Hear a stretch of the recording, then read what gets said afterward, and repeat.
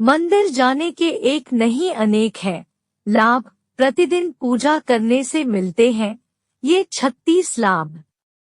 भगवान के प्रति हर व्यक्ति की श्रद्धा होती है, इसलिए तो जब भी हम किसी मुसीबत में होते हैं तो सबसे पहले भगवान को याद करते हैं। हर हिंदू परिवार में प्रतिदिन देवी देवताओं की पूजा की जाती है, लेकिन घर पर पूजा पाठ के साथ ही मंदिर भी जाना चाहिए। प्रतिदिन मंदिर जाकर पूजा दर्शन करने के एक दो नहीं बल्कि 36 लाभ हैं, और इन लाभों को शास्त्रों के साथ ही वैज्ञानिक आधार पर भी लाभकारी माना गया है। एक मंदिर जाने से सुबह ब्रह्मा मुहूर्त में उठने का नियम बनता है। सुबह जल्दी उठने से हम अपने नित्य कर्म जैसे उषापान, शौच, दंत धावन, स्नान आदि से निवृत्त हो जाते हैं। 2 अपने घर के निकटतम मंदिर तक पैदल चलकर जाने से हमारा भ्रमण व्यायाम होता है, प्राणवायु मिलती है और उगते हुए सूर्य की दिव्य लालिमा का अवलोकन होता है। 3 मंदिर की घंटी को 7 सेकंड की बजाने से और इसकी टंकार पर ध्यान केंद्रित होने से हमारा मन सभी सांसारिक विषमताओं से हटकर प्रभु के चरणों में अर्पित हो जाता है। 4 मंदिर में भगवान को अर्पित सुगंधित फूलों की खुशबू से स्वास्थ्य लाभ मिलता तथा उत्साह वर्धन होता है। 5 मंदिर में अर्पित भिन्न भिन्न फूलों के विविध रंगों से हमारे को सुकून मिलता है। 6 मंदिर में कपूर, अगरबत्ती और धूप की दिव्य सुगंध से हमारी प्रतिरोधक क्षमता बढ़ती है और नकारात्मकता समाप्त होती है। 7 मंदिर में हम अपने जीवन के उद्देश्यों को दोहराते हैं और ईश्वर से सफलता का आशीर्वाद मांगते हैं। 8 सुबह उठते ही हम उस दिन की कार्य सूची लिखते हैं और उसे मंदिर लेकर जाते हैं। वहां उन सभी कार्य को पूरा करने के लिए कठोर परिश्रम का संकल्प भी लेते हैं।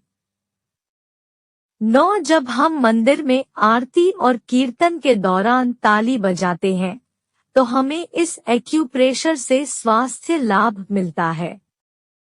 10 आरती में बजाई जाने वाली छोटी घंटी से हमारा पित्त दोष संतुलित होता है।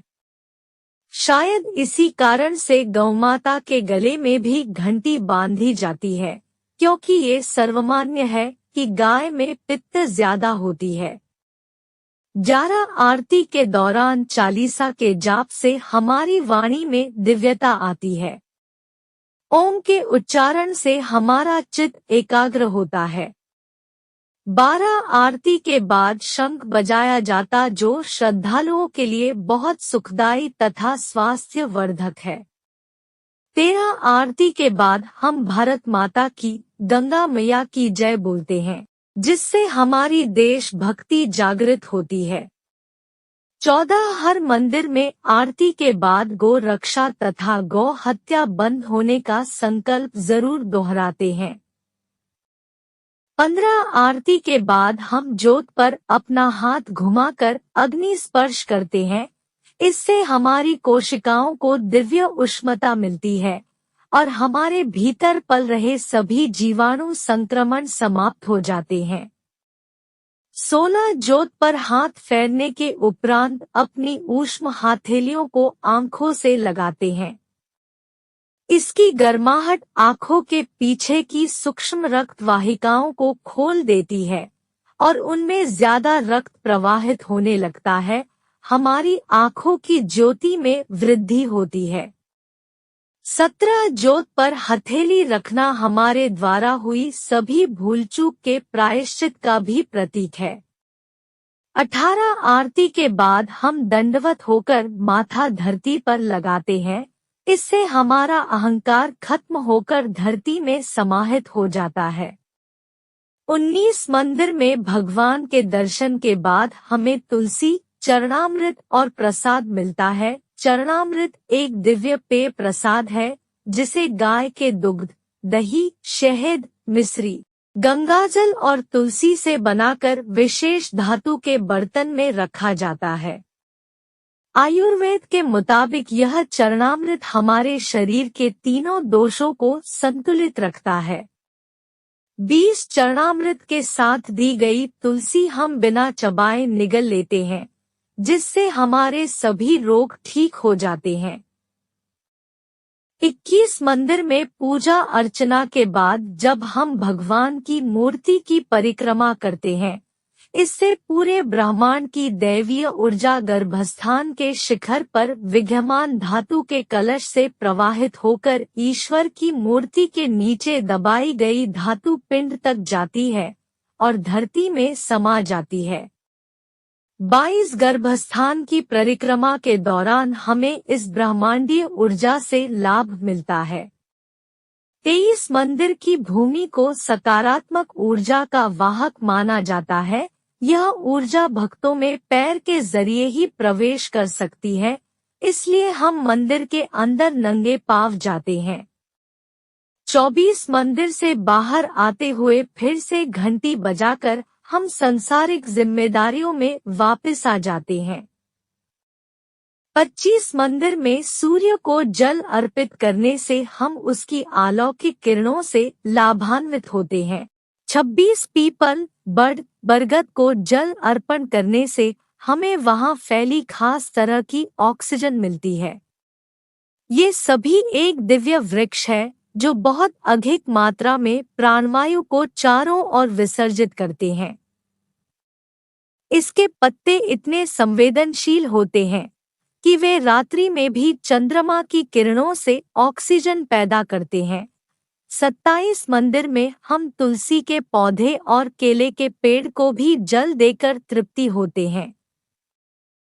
28 मंदिर में बाहर आकर हम वहां मौजूद जरूरतमंदों को दान पुण्य करते हैं, जिससे हमारे मन में शांति आती है। 29 मंदिर के माध्यम से हम अपनी कमाई का दशम सामाजिक कार्यों में लगाते हैं और समाज में समरसता, सौहार्द आता है। 30 आजकल शहर में घरों में गौ माता रखने का प्रावधान नहीं है, लेकिन हम मंदिर जाकर गौ को ग्रास देकर अपने संस्कारों को जारी रख सकते हैं। 31 प्रतिदिन मंदिर जाने से हमारा नए नए और धार्मिक लोगों से परिचय होता है। 32 मंदिर जाने से हमारी सामाजिक प्रतिष्ठा भी बढ़ती है। 33 मंदिर जाने से वहां के पुरोहित से आशीर्वाद मिलता है और हमें पंचांग आदि जैसी कई जरूरी सांस्कृतिक जानकारी मिलती है। 34 पंचांग के श्रावण या पाठन से हमें अपनी धार्मिक जिम्मेदारियों का पालन करने में मदद मिलती है और हमारा कल्याण होता है। 35 मंदिर में सभी वेद, पुराण, गीता, रामायण, महाभारत आदि शास्त्र मौजूद होते हैं, जिन्हें पढ़कर हम अपना जीवन सफल कर सकते हैं। 36 इसलिए हम सभी को प्रतिदिन मंदिर जाने का संकल्प लेना चाहिए। इससे हमारा समाज संगठित होगा, संस्कृति की रक्षा होगी और हमारा प्यारा भारत पूर्ण विश्व गुरु बनेगा।